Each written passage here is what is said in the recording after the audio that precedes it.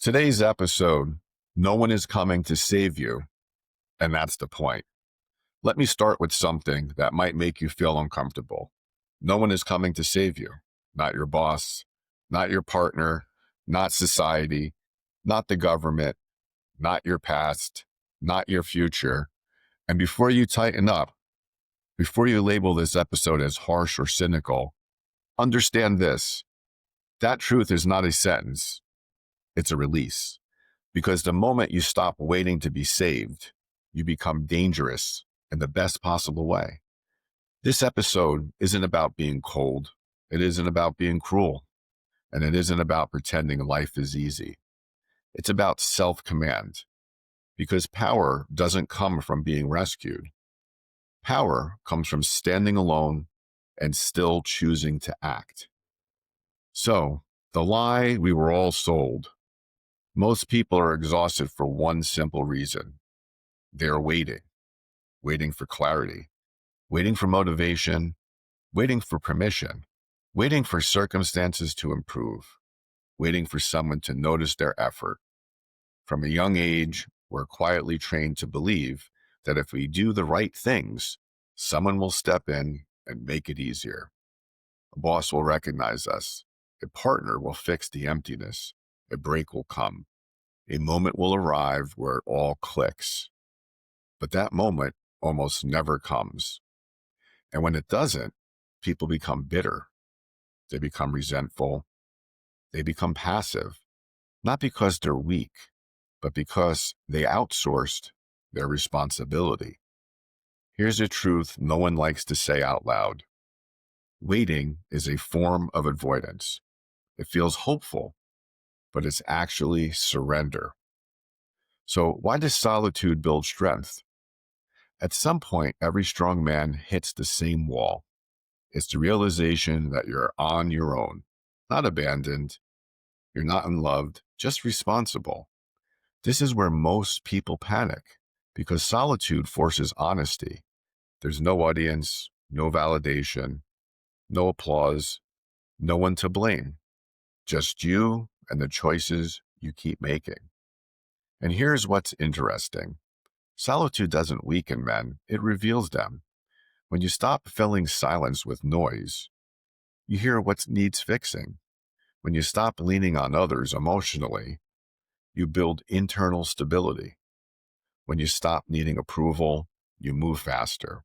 Solitude isn't loneliness, it's training.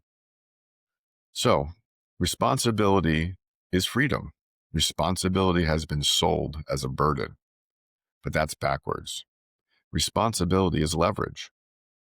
The moment you say, this is my fault, this is my standard, this is my life, you regain control. Because if it's your fault, it's also within your power. Responsibility removes excuses, and excuses are expensive. They cost energy, they cost clarity, they cost respect, especially self-respect. Strong men don't complain about the weight. They build the strength to carry it. And here's the part most people miss. Taking responsibility doesn't mean blaming yourself for everything. It means refusing to wait for someone else to fix what you can address today. That's not pressure, that's freedom. Self-command versus emotion. Self-command is the rarest skill in modern life. Most people are led by emotion. If they feel motivated, they act. If they feel tired, they stop. If they feel offended, they react. If they feel uncertain, they hesitate. That's not freedom. That's captivity. Self-command means you act despite emotion. You train when you don't feel like it. You stay calm when it would feel good to explode.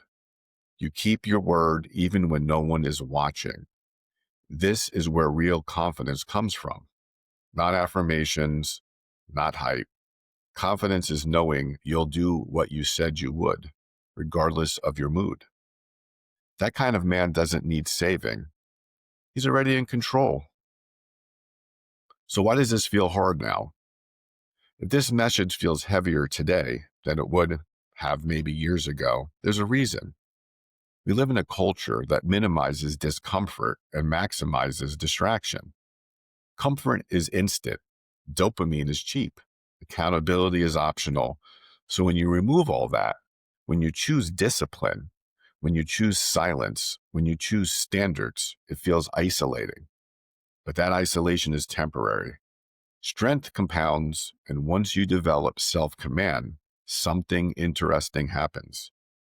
People trust you, opportunities find you, chaos avoids you, not because you demanded it, but because you don't need it. So, the shift, what is the shift? Here's the shift I want you to make after this episode. Stop asking, who is going to help me? Why isn't this easier? When will things change? Start asking, what am I tolerating? What standard am I avoiding? What would a disciplined version of me do next? You do not need more motivation. You need fewer negotiations with yourself. That's the difference. So, in closing, let me leave you with this. No one is coming to save you, and that's the point. Because if someone had to rescue you, you wouldn't become who you're meant to be. Strength is built in solitude. Power is built through responsibility. Confidence is built through self-command. And once you internalize that, you don't feel abandoned, you feel free. This is Bold and Better, and this is what it means to stand on your own, calmly, deliberately, and without apology. Have a great day, and see you again soon.